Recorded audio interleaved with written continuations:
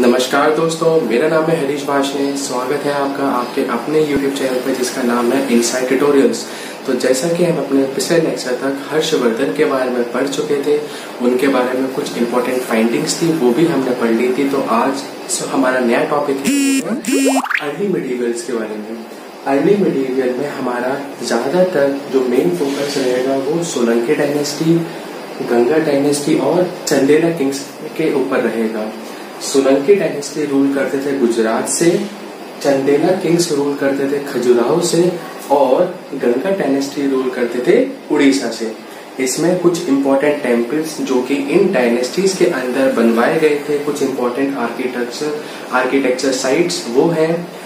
Solanki dynasties ने बनवाई थी आपकी सोमनाथ टेम्पल और Dilwara Jain temple. And Dilwara Jain temple को हम ऑलरेडी पढ़ चुके हैं अपने जैनिज्म वाले लेक्चर में। अगर आपने वो वीडियो नहीं देखा है तो नीचे डिस्क्रिप्शन में जाके आप देख सकते हैं जैन टेम्पल के बारे में। दिलवाड़ा जैन टेम्पल कहाँ पे था? ये था माउंट अबू, राजस्थान में। उसके बाद आपके खजुराहो में जो आपके दो आर्किटेक्चर साइट्स आते हैं इम्पोर्टेंट, वो है कंडरिया महादेव और चतुर्भुज टेम्पल। चतुर्भुज टेम्पल कहाँ पर है? ये है मध्य प्रदेश में। उसके बाद गंगा डायनेस्टी जो कि उड़ीसा से रूल करती थी, इसमें कुछ इंपॉर्टेंट टेम्पल्स वो है आपके जगन्नाथ टेम्पल, बहुत फेमस टेम्पल है। कहाँ पर है? पुरी। उसके बाद लिंगराज टेम्पल कहाँ पर है? भुवनेश्वर में। एंड फाइनली सन टेम्पल जिसको बहुत ज्यादा फेमस है एंड हम सबको पता भी है, वो कहाँ पर है? कोणार्क में है। उसके बाद कुछ इंपॉर्टेंट जीके के क्वेश्चंस भी देख लेते हैं। उसके बाद हमारा नेक्स्ट जो मैक्सिमम नंबर ऑफ टेम्पल्स हैं जो कि बनवाए हैं वो किसने बनवाए थे? गंगा डायनेस्टीज के अंदर सबसे ज्यादा नंबर ऑफ टेम्पल्स कंस्ट्रक्ट किए गए थे। एंड किस किंग के अंदर? उनका नाम था किंग नरसिंहदेव फर्स्ट। और गंगा डायनेस्टी कहाँ से रूल करती थी? उड़ीसा से। उसके बाद सन टेम्पल को हम ब्लैक पगोड़ा के नाम से भी जानते हैं। And Myanmar is also known as the land of golden pagodas.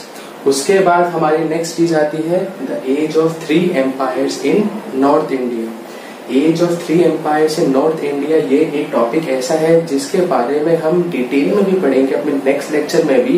And उसका एक आपको थोड़ा सा यहाँ पर जस्ट दे देता हूँ। जस्ट ये है कि जैसे हमने देखा था कि हर्षवर्धन के टाइम पर हमारा जो वैशाली और पाटलिपुत्र दो राज्य हुआ करते थे, उनकी इम्पोर्टेंस कम होती जा रही थी और उसके साथ साथ कन्नौज और साथ के साथ प्रयाग, इन दोनों शहरों की जो इम्पोर्टेंस थी बढ़ती जा रही थी। तो अगर ये दो शहर बहुत ज्यादा इम्पोर्टेंट है तो इसका मतलब क्या हुआ? इन दो राज्यों पे जो राज करेगा वो अल्टीमेटली एक पावरफुल किंग होगा या फिर उसका एक पावरफुल किंगडम होगा। तो इसी के बेसिस पर जो हमारे 3 मेजर किंगडम्स थे हर्षा एम्पायर के फॉल डाउन के बाद, वो 3 हमारे डायनेस्टीज थी। Pratihara dynasties, Palas of Bengals and finally the Rashtrakutas. ये 3 डायनेस्टीज हमारा हर्ष एम्पायर के बाद उभर के आएंगी। एंड इन्हीं तीनों डायनेस्टीज के बीच में जो स्ट्रगल था, जो लड़ाई थी, किसके ऊपर? कन्नौज को कन्नौज पर कौन राज करेगा, उसी को हम बोलते हैं ट्राइपार्टाइट स्ट्रगल। 3 पार्टी के बीच में स्ट्रगल था, इसलिए इसका नाम पड़ा ट्राइपार्टाइट स्ट्रगल। एंड अपने नेक्स्ट लेक्चर में हम ये भी पढ़ेंगे कि इन स्ट्रगल्स के बाद कुछ राजपूत डायनेस्टीज के बारे में पढ़ेंगे एंड कुछ लिमिटेशंस पढ़ेंगे राजपूत डायनेस्टीज के। उन लिमिटेशंस की वजह से हमारा इंडिया का एम्पायर इतना कमजोर हो गया था जिसकी वजह से फॉरेन इन्वेजन्स बहुत ज्यादा हो पाए।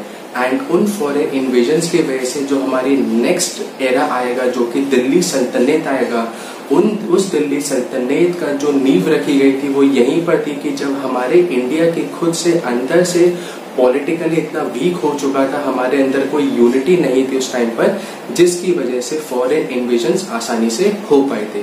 तो आई होप आपको ये लेक्चर बहुत ज्यादा अच्छा लगा होगा। कोई भी आपका डाउट है आप नीचे कमेंट सेक्शन में मुझसे पूछ सकते हैं। So thank you.